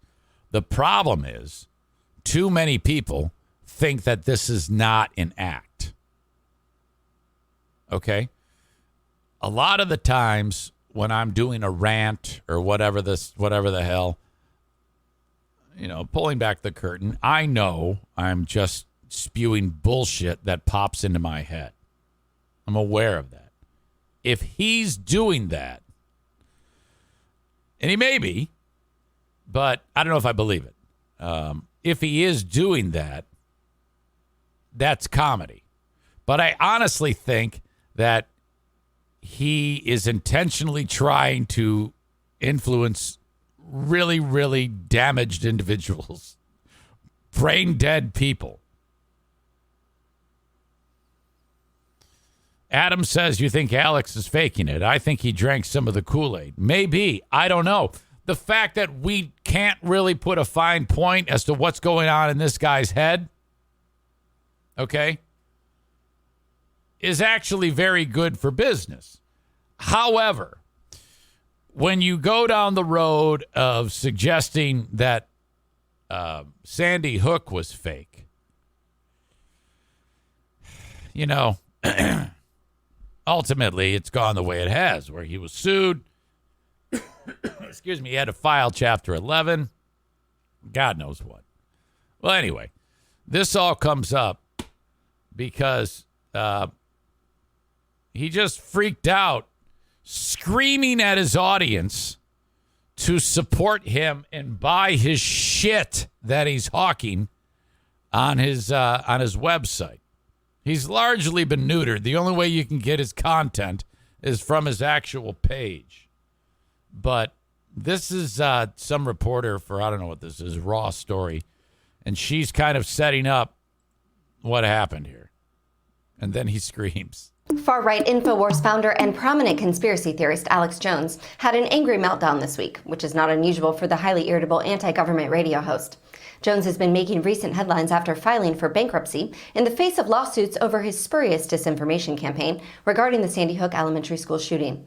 What is different about this most recent rant, however, was that the subject of Jones's ire appeared to be his own viewers for not spending enough money at the InfoWars store on things like B12 vitamin supplements, before also encouraging viewers to make a donation to Trump ally. Can you imagine if I sat here and screamed at you because you didn't buy a T-shirt?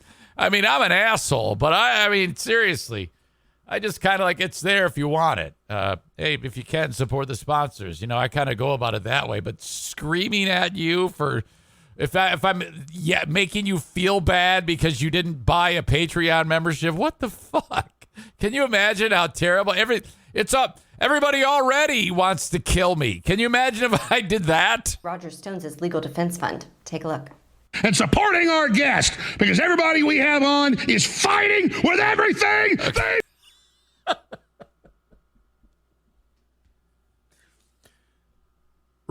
He wants you to support the Roger Stone Defense Fund. Okay. This is great. Encouraging viewers to make a donation to Trump ally Roger Stone's legal defense fund. Take a look.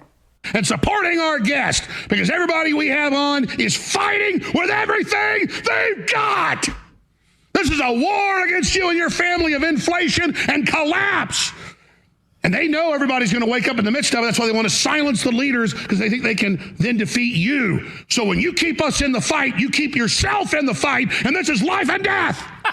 So go to InfoWarsStore.com and get amazing products and sign up for auto ship and continue support. Make a donation at the top and go to the Stone Defense Fund and make a donation to him, because he's a gladiator and a champion in the fight. And if you don't support us, you're helping the enemy. And I'm not bitching at listeners. I'm telling you, this is all-out war. Roger? All-out. Oh, my God. Okay. Let me just say that if I'm working there, if I'm on the other side of the glass, I'm laughing in his face. He is either a fantastic actor or a psychopath. Oh, my God. I want to do it again. I'm sorry. I need to hear this again. Indulge me. Can then defeat you. So when you keep us in the fight, you keep yourself in the fight, and this is life and death. So go to InfoWarsStore.com and get amazing products.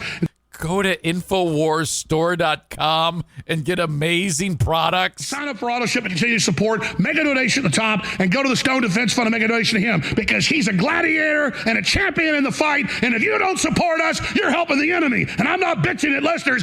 Yes, you are. I'm telling you, this is all-out war. Roger? All-out war indeed.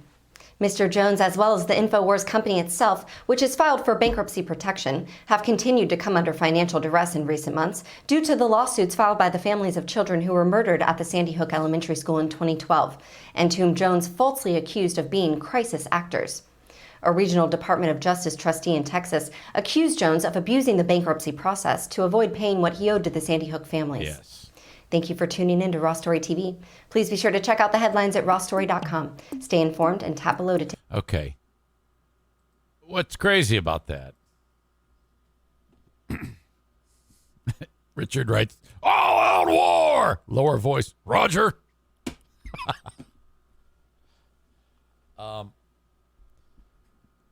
When he said that, I can promise you there were people going, right on. Yeah. Uh-huh. You're damn right it's all out war. Yeah. Oh, speak the truth. I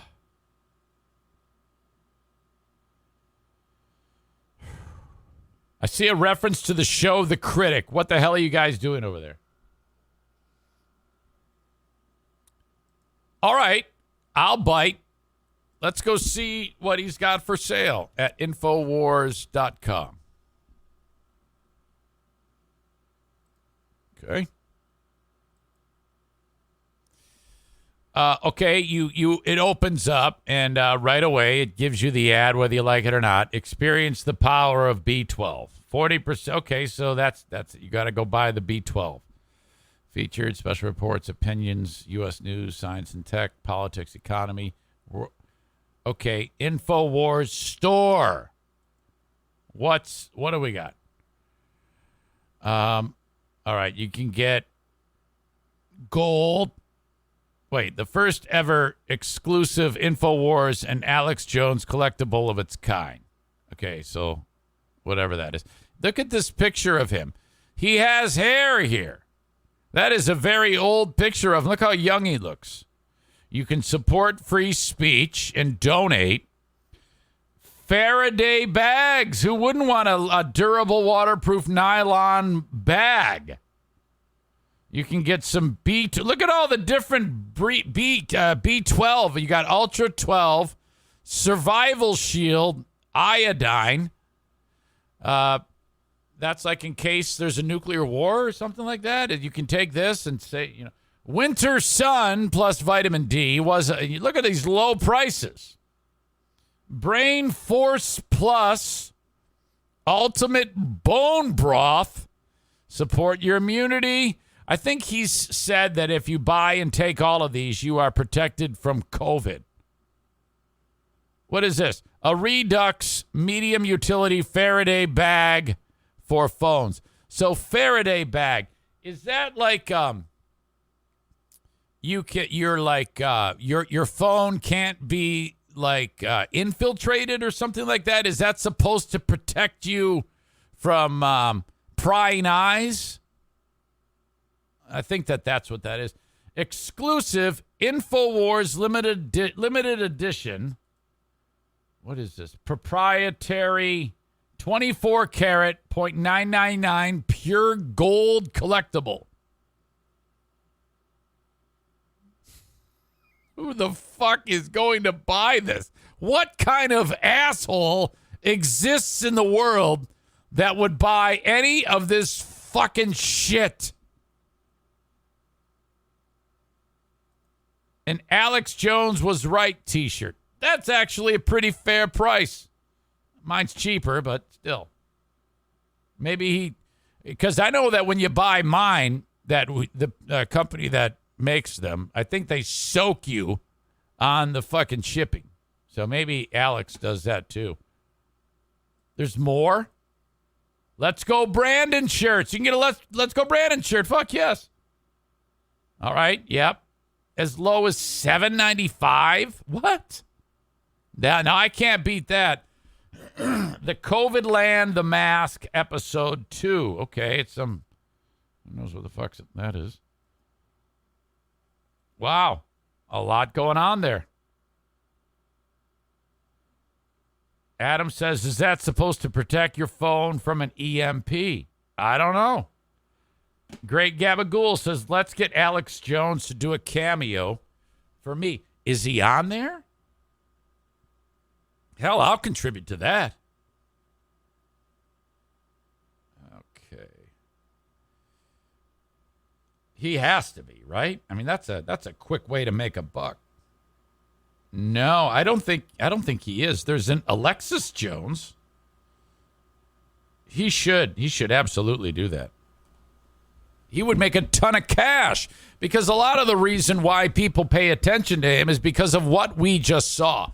The entertainment value of that rant was great to see him carry on like that. That I think is funny. Now, you and I are smarter than the fucking morons who believe that guy. We're smarter people than people who would pay attention to him. Idiots think that moron is actually, that actor, which is what he is correct. I am convinced that is the thing. I don't think he believes. In fact, he's probably a Democrat. But he's too far down the road. He has created the character. He's been in character for years.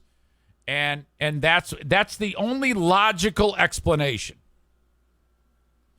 Corey thinks he actually believes what he's saying. I don't believe that. I don't think anyone is that fucked up. I'm going to go with that. Change my mind. Great Gabagool says, there are a bunch of people who I've heard worship Adolf Hitler who don't like me because I don't think this is a quote from him. He said, there are a bunch of people who I've heard worship Adolf Hitler who don't like me because I don't think Jews have 14-inch fangs and drink blood and sneak around in bushes. One of his best quotes. All right. Alex Jones. Absolutely hilarious. Okay, I've got another thing I want to share with you. It is the story last week about the Kentucky Derby winner. Rich Strike was the horse, came out of nowhere. That was absolutely fantastic how that happened. How that horse was behind by so much. And then like it was shot out of a cannon, wins the race. The trainer of the horse is a Southern gentleman by the name of Eric Reed. he at one point in January of this year, when no one knew who he was, made a joke and made a comment. Well, he made a comment on Twitter about Kamala Harris.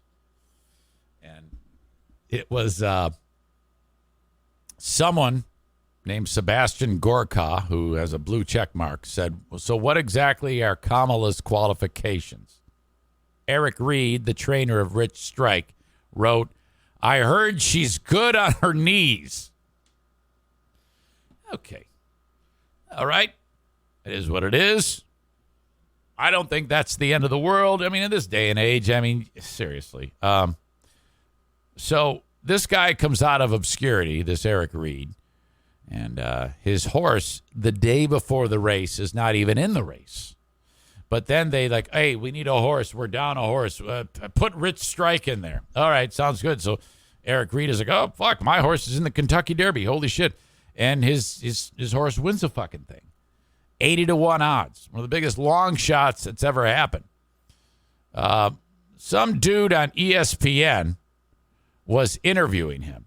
And now this article is a right-leaning website, so they do position the story.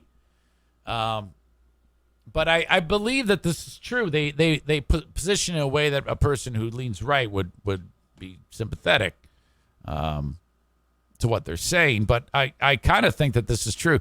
The headline is ESPN attempts to cancel the Kentucky Derby winning trainer over a mean tweet. Now, there's no doubt that was a mean tweet.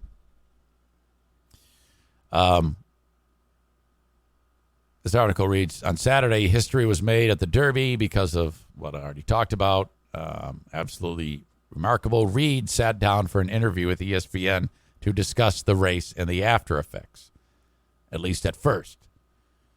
This was on the show Outside the Lines.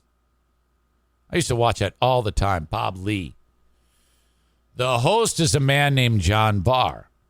And this Red State, this is redstate.com, they wrote, John Barr had a trap that he thought he could set for Reed. During their discussion, Barr springs on Reed about the tweet, looking for an explanation about the comment. So what this guy did was he's bringing him in to discuss the win, and then out of the blue, he tries to get him with this moment right here.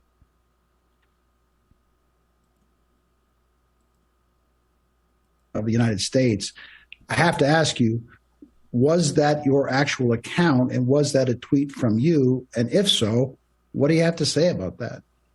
I haven't seen anything about it, haven't been told about it. I don't know what's going on out there. I'm more concerned with Richie and what's going on with us and this great horse and how much he's helping everybody. So, there's haters out there, and that's about how I'm going to leave something like that. Well, okay. So, again, people dig up. All you have to do in this day and age is if you have any degree of success, what is going to happen is the world is going to try to make you pay. You cannot, I'm fucked. If I ever have something come my way, an opportunity, I'm dead. It's not going to happen. Okay? It's a miracle there are actually people that contract me to work for them. Because all that's going to happen is, let's say I get a job somewhere doing morning drive in addition to the podcast. I'm dead. They're going to take all of my history and present it in a bow and says, this is who you have now. How can you do this? And the radio company will fold and say, you're right. We have made a mistake. He's gone. So that's fucking sad. The guy's response, though, I think that it's kind of wonky to be have that brought up. I think he did a reasonably good job, this Eric Reed, in staying cool. But I want to of the United States, I have to ask you, was that your actual account? And was that a tweet from you? And if so, what do you have to say about that? Okay, I would say, yes, my account. Yes, it's a tweet from me, and I have nothing to say about it. And then just look at him. Yes, and nothing. You don't need to say another word. This guy, look at the look on this asshole's face. He's like, I got you. I got you, you fuck. United States. I have to ask you, was that your actual account? And was that a tweet from you? And if so, what do you have to say about that? Yes, and nothing. And why are you asking? Why do you have to ask? Do you feel like because I'm now out in the open and people know me, you have to dig back in my past and skewer me over a silly comment about somebody that no one cares about? You asshole. I haven't seen anything about it. Haven't been told about it. I don't know what's going on out there. He's lying. I haven't seen anything about it. Yeah, you did it. You know, don't lie. That makes it look worse. Yeah, I did it. It was hilarious. I bet you she sucks a mean dick. I'm more concerned with Richie and what's going on with us and this great horse and how much he's helping everybody. So, I love the way hillbillies say helping. He's helping. That's what Kenny says. He's going to help you. You know, there's haters out there, and that's about how I'm going to leave something like that. Well, all Southerners look like Kenny. This guy looks just like Kenny. They all have a very sweet, they have sweet and soft features. See that?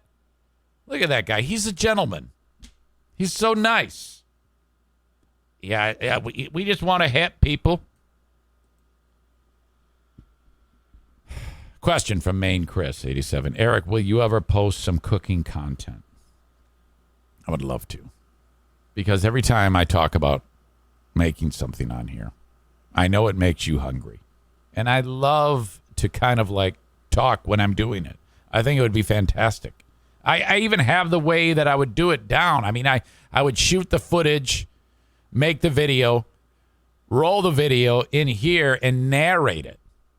You know, actually narrate it. And I would be commenting on my own video. I have an absolute, you're right. That's something that needs to happen. Okay? However, it's all about time. Time. I have had so many things that I've wanted to do that I've talked about, and then they become just another broken promise. And it's embarrassing. I wanted to write a book. In fact, I wrote a chapter of my book about the whole kidney donation saga. I still want to do that. It was so, okay, I even had it where I had hired a lady, and all I had to do was talk into a mic and tell a story, and then she would then do all the heavy lifting to make it a book. I'm like, fuck. She even set up a payment plan to do it. It was perfect. Did it happen? No. Could it still happen? Yeah. Now, here's where Kenny becomes less fun, because he is now chronicling in written form several things to rub my nose and shit. To-do lists that never got done. Band, make a band, book, cooking book, bringing Zoom trivia back. Why do I sit there and list all of your failures? I would never dream about saying anything that would make you feel bad, Kenny. Chris says, well, the recipes are meticulous and very involved. I can see how that would be a lot of production.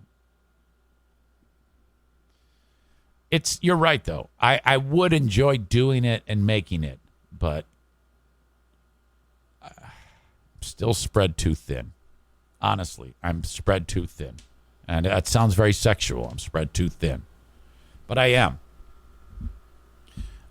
Every day between doing this and then, selling it and putting out fires. Like today, I had to put out a fire today to start the show. That was a fire putting out process that happened live on the show. I didn't want it to go that way, but it had to be. You can see how I had to bust out the fire hose and put out that fire. And by the way, you may have noticed that I expertly put out that fire. There was an opportunity there for that fire to go 5-alarm. But it didn't go 5-alarm because the firefighter put out the fire. Just another feather in the cap of your old pal Eric Zane. But between that, all the things I said, taking care of this household the best I can with, shit that I'm supposed to do, like feed the dogs, wash Kevin's asshole, mow the lawn so Karen doesn't fucking give me a hard time, shit like that. And then like exercising, which I'm telling you, I'm starting to get the fucking eye of the tiger. We are on a 10 days in a row of running. 10 days in a row of running and lifting weights. Okay? Because the war is back on with Mike Ball. 20 weeks away from the Grand Rapids Half Marathon. It is back. The war to settle the score. I was embarrassed.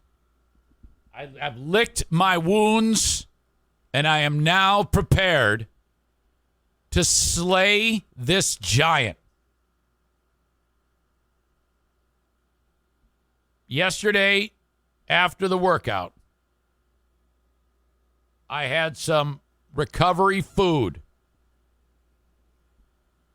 in the fridge.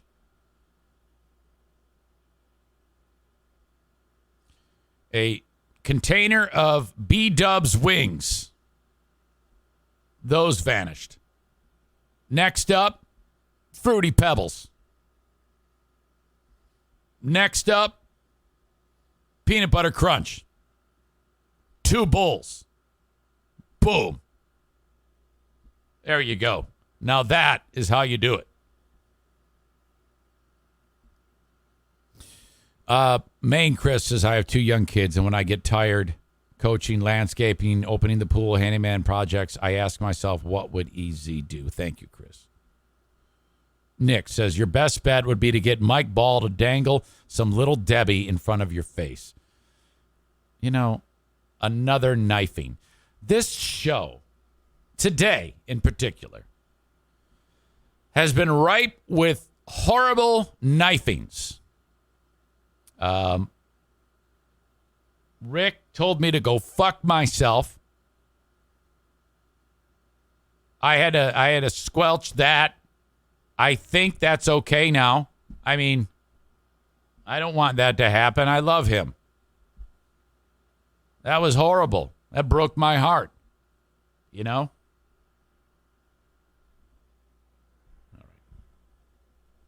Thank you. We have the asshole of the day coming up. I'm going to need nominations. Who you think is the asshole of the day? Be honest. If it's me, let me know.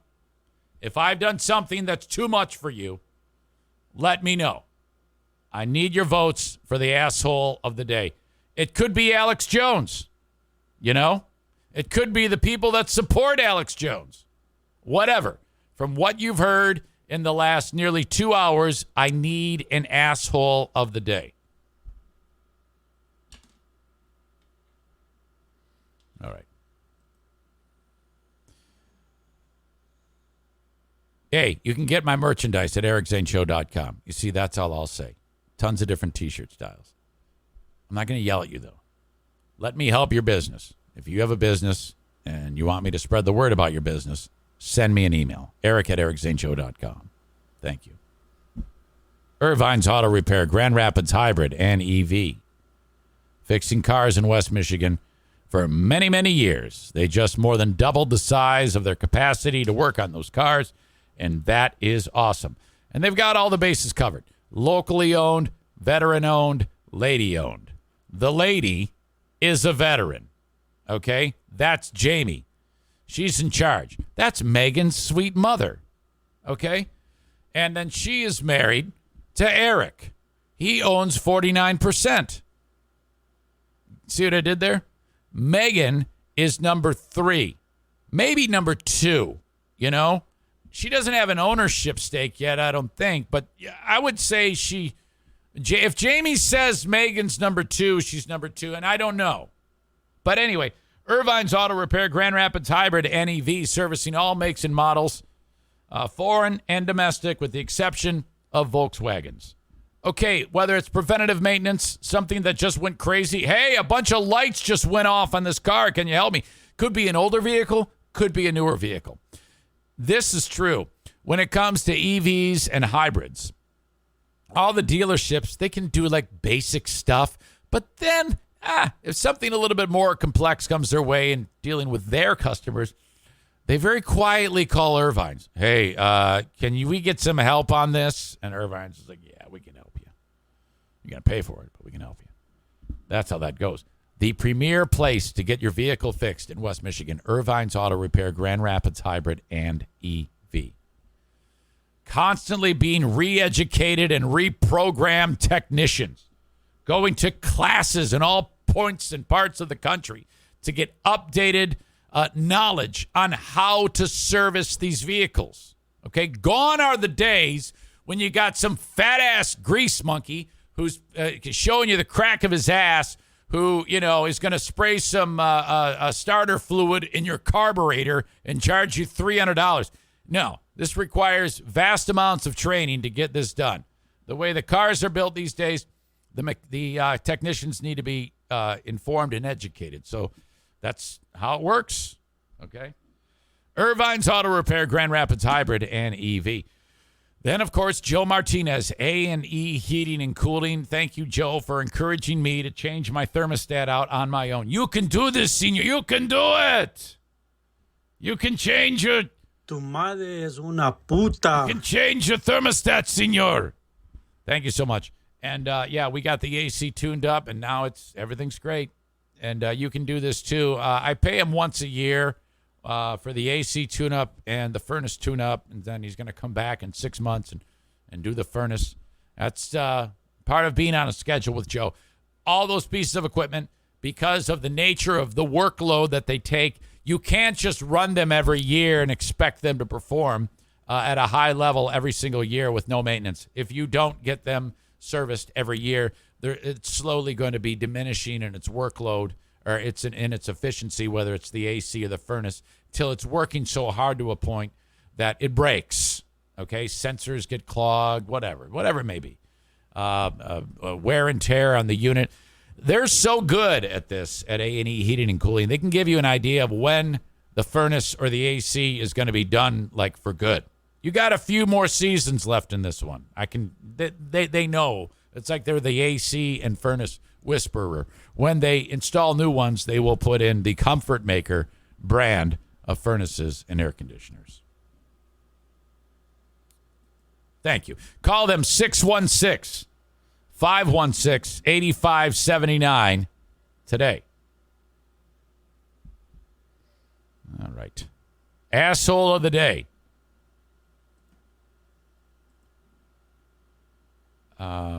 Asshole of the day, the contractor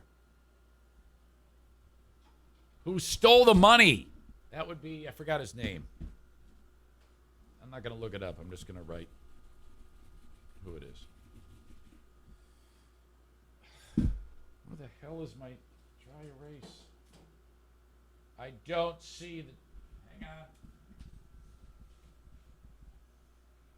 Oh, this is embarrassing. You see, this is what happens on a podcast that would never happen on a radio show. If I'm doing a podcast and I can't find the writing instrument to write down the contractor, and I'm on the radio, I wait. I look for it for 1 second, and then if it's not there, it's not there, and then you move on. Did one of you guys eat it? Oh, shit, that's terrible. Ah! Trace Contractor. There's Joe Martinez. Trace Antcliffe. Is that you, HVAC 71, Joe Martinez?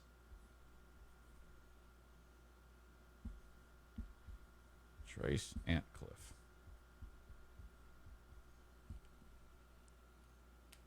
Handcliffe or Antcliffe? Now I'm getting a Handcliffe. Which one is it? I thought it was Antcliffe.